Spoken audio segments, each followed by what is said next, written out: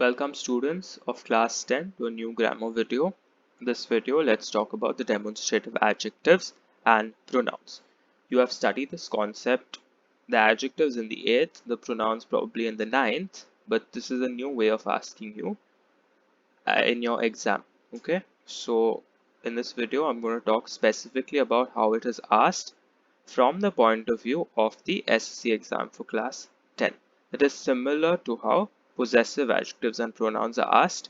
The technique is also similar, but it's not exactly the same. It's a little easier, in fact, so let's look at it. When you're talking about possessive adjectives, you are looking at the possessor and the object. Now, in this case, there is no possessor at all. As in, there is a possessor, but it's not important. Because in possessive adjectives, we are talking about who to whom does the object belong, right? Now here we're talking about where the object is placed. What is the position of the object? That is what concerns you when you say the word demonstrative.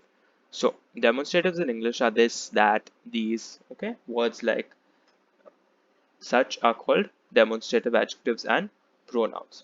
So you are only concerned with the object here. For possessives, you are concerned with the possessor and the object.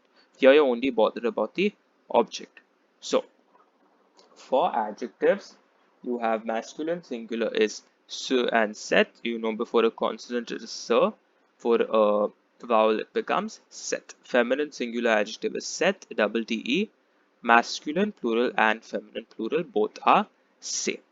When you talk about the pronouns, masculine singular is celui, feminine singular is cell, masculine plural is se, feminine plural is cell. If you learn these tables by heart, your work will become infinitely easier when you have to decide which adjective and which pronoun you have to use in the sentence. Now we use the same technique to decide whether you use an adjective or a pronoun, the same technique as we've seen for the possessives. If it's followed by a noun, you'll use an adjective because the adjective needs a noun to complete itself. If it's not followed by a noun, you have to use a pronoun. These are the same techniques we applied earlier. Let's look at some examples. I've copy pasted the tables from the previous slide over here. So you can see if you learn the tables by heart and you have some idea of them mentally, you can see how much easier it becomes to solve these sentences. Okay, so let's start with the first sentence. Dash voiture ci est plus cher que dash là. So now you're only concerned with the object. Okay, the object here is voiture. The blank is followed by a noun, so here you're using an adjective. Okay, the second blank is followed by la is not a noun, it is a determiner of place. Okay, there. So here you're not using an adjective, here you have to use a pronoun because the blank is not followed by a noun.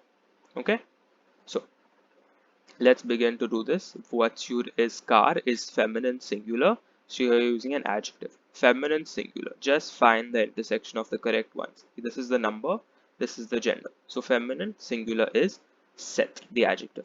Now for the second blank, you're looking at the pronoun. Now where do you search for the pronoun?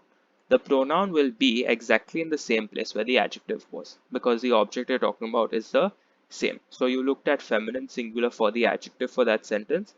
For the second blank in the sentence, you look at the same cell, okay, feminine singular, but in the pronoun section.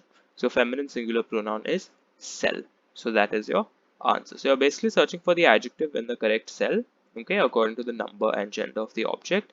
And if you have to put a pronoun for the same sentence, you have to look in the same cell, but in the pronouns. Okay, let's look at the next one. Je connais dash homme indien, mais je ne connais pas dash qui est japonais. So the first blank has homme after it, which is man is a noun. So here you have to use an adjective. The second blank has qui est japonais. None of these are nouns. Qui is the relative pronoun, a is the verb, japonais is the adjective, Japanese. So here you have to use the pronoun. So let's look at the first blank adjective. Homme is masculine singular, so you have to use one of these two. Now, how do you decide which one? When you have masculine singular adjective, you have to look at the first letter is a vowel. So you have to use set, okay, not se, set, because first letter is a vowel. Then you look at the same cell now because you're using a pronoun. Look at the same cell, masculine singular under pronoun is celui. So that is your answer for the second blank. Next question, je ne veux pas acheter dash crayon, je veux acheter dash stylo. So now, The first blank is followed by a noun. Crayon is a pencil, so this becomes an adjective. Second blank is also followed by a noun. Stylo is a pen, so this also is an adjective. Both are adjectives. So the first blank, crayon, is masculine singular, so you have to look under adjective. Masculine singular is s before a consonant. C is a consonant, so you'll have to put s. Second blank is also adjective, remember. Again, stylo is masculine singular, so looking at the same cell again. Okay, this is not always the case. This is incidental because both the nouns here are masculine singular and we're using adjectives. So again, it is before a consonant s, so you will put s. Okay. Next one. Maman aime dash fleur si, mais elle n'aime pas dash la.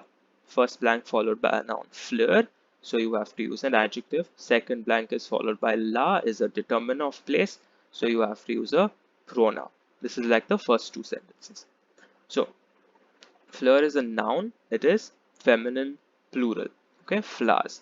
La fleur is feminine singular. Les fleurs is feminine plural.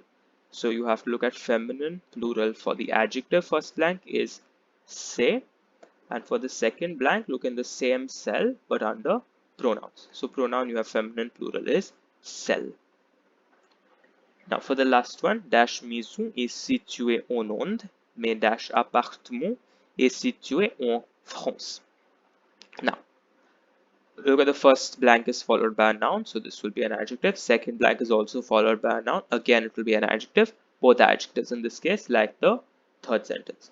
So the first blank is followed by maison. Maison is feminine, singular. Adjective is set.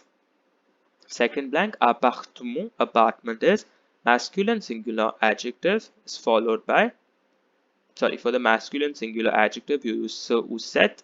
Decide based on the first letter is a vowel, so you'll have to use set.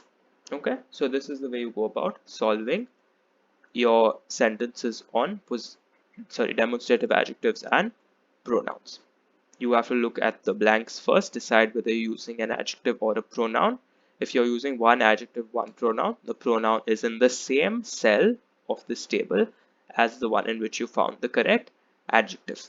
Okay, so that gets us done with the demonstrative adjectives and pronouns. Here is a small practice exercise for you, which I will get back to you with the solutions in the Solve With Me video. Thank you.